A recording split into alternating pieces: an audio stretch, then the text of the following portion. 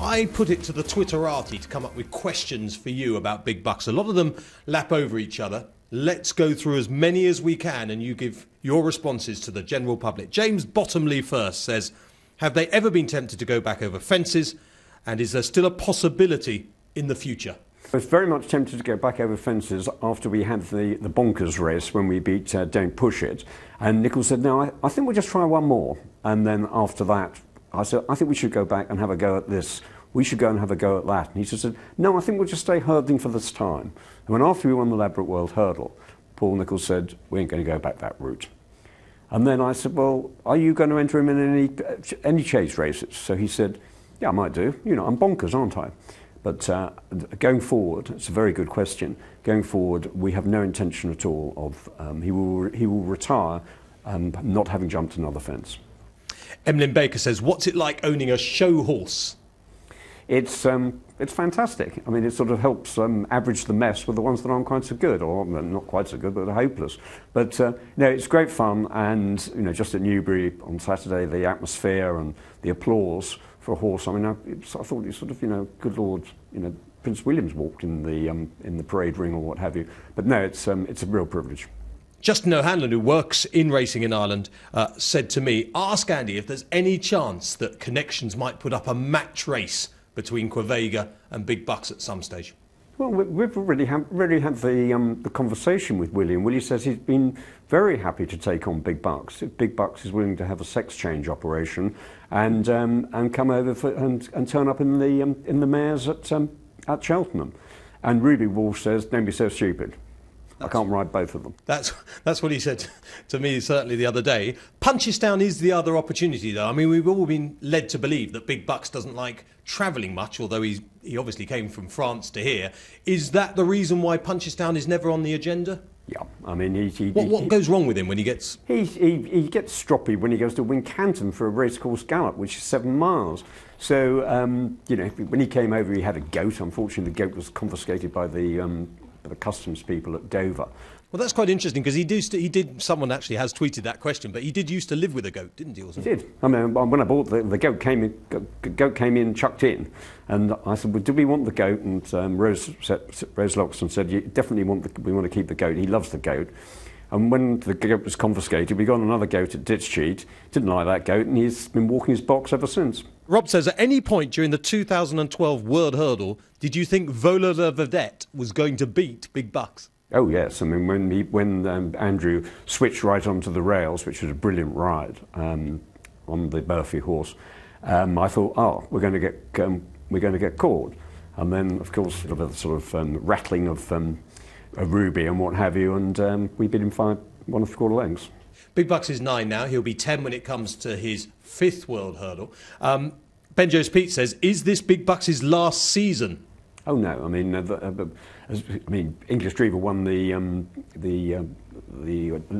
Ladbroke World Hurdle when he was 11, as did Barracuda. So you know, we'll keep him going. I mean, he had a bit of miles on the clock. He had 13 races in France before he came over, but you know, he only has 4 races a year, or perhaps 5 races. I mean, he'll tell us when he's had enough, and when the day he's told us we've had enough, and we know he's had enough, and it's not just sort of he's got beaten by a better horse or what have you, you know, he'll have a happy retirement. Michael Gill, though, has said dropping back in trips, so let's push you on that. I mean, come Aintree, wouldn't it be more interesting for you to go for the Aintree hurdle rather than the staying event? Well, I mean, you know, we've loved winning the staying hurdle there, and it's sponsored by BGC. They're very good people and what have you, and you can't do both. You know, I mean, Oscar Whiskey won that the last couple of years. We're going to keep him at the 3 miles, extended 3 miles.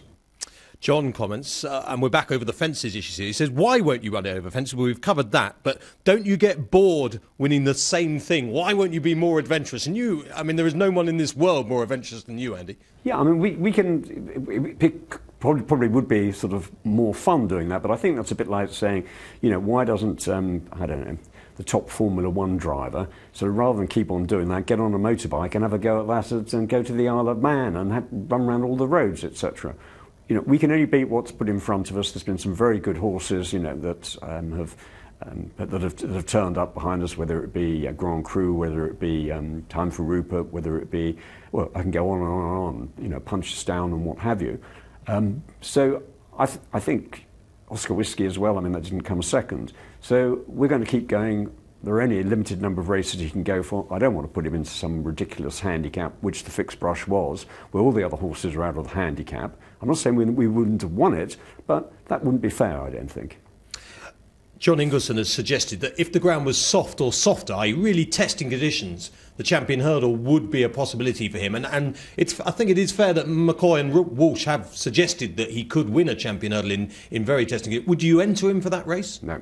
Not at all? Not at all. Not even in... Come on, Andy. Just give him an entry, just for fun. Well, and then everybody will tell me I'm bonkers. So, and I've joined Mr. Nichols in the bonkers camp. So at the moment, we're definitely not going chasing ever again. Nope. We're definitely not going in the Champion Hurdle. Nope. We're definitely not going in the Ascot Gold Cup. Nope. I mean, you're coming over as a bit of a party pooper. No, I don't think so. I mean, no way we're going to do in the go to Ascot on the flat. I mean, it would be just. I think that'd be a silly thing to do, and and I'm afraid if people find it boring, I've got to apologise for it. But we don't find it too boring. He doesn't find it too boring, and I do listen enormously to what Ruby Walsh and Paul Nicholls say, and both of them seem to have got the hang of it. And I'm going to do what they advise, and this is what they've advised. Ian Burnell says, are you disappointed of the level of opposition for you this year, in that it looks easy? Well, we've only had, so far this season, we've only had the one race. I'm sure the big boys will turn up at Cheltenham. Very disappointing to see the second to him, the mare getting beaten into third. Whether or not the winner of that is good enough, I don't know. Ruby's rode both of them, and his view is that Big Bucks is just a little bit better than that. Final couple of questions. Jordan Ruck says, where did the name come from, Big Bucks? The name came, and it was named by the French breeder owner that I bought it off. And he was called Big Bucks because he is big, and he's out of a mare called Bucks. He's a Cadoudal. I tried to have the name changed because I thought there would be a little bit of mischief with the being called Big Bucks. Unfortunately, the BHA wouldn't let me change it because those happen to be the rules, and so now it's pretty irrelevant.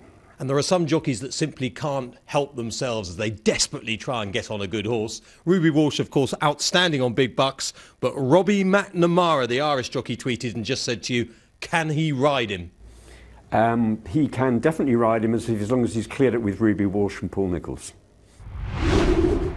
Paul was a top-class snowboarder, so he was on the black run of snowboarding, and a freak avalanche came along and took him over the side of the cliff. And unfortunately, when he fell 200 feet and hit sheer rock.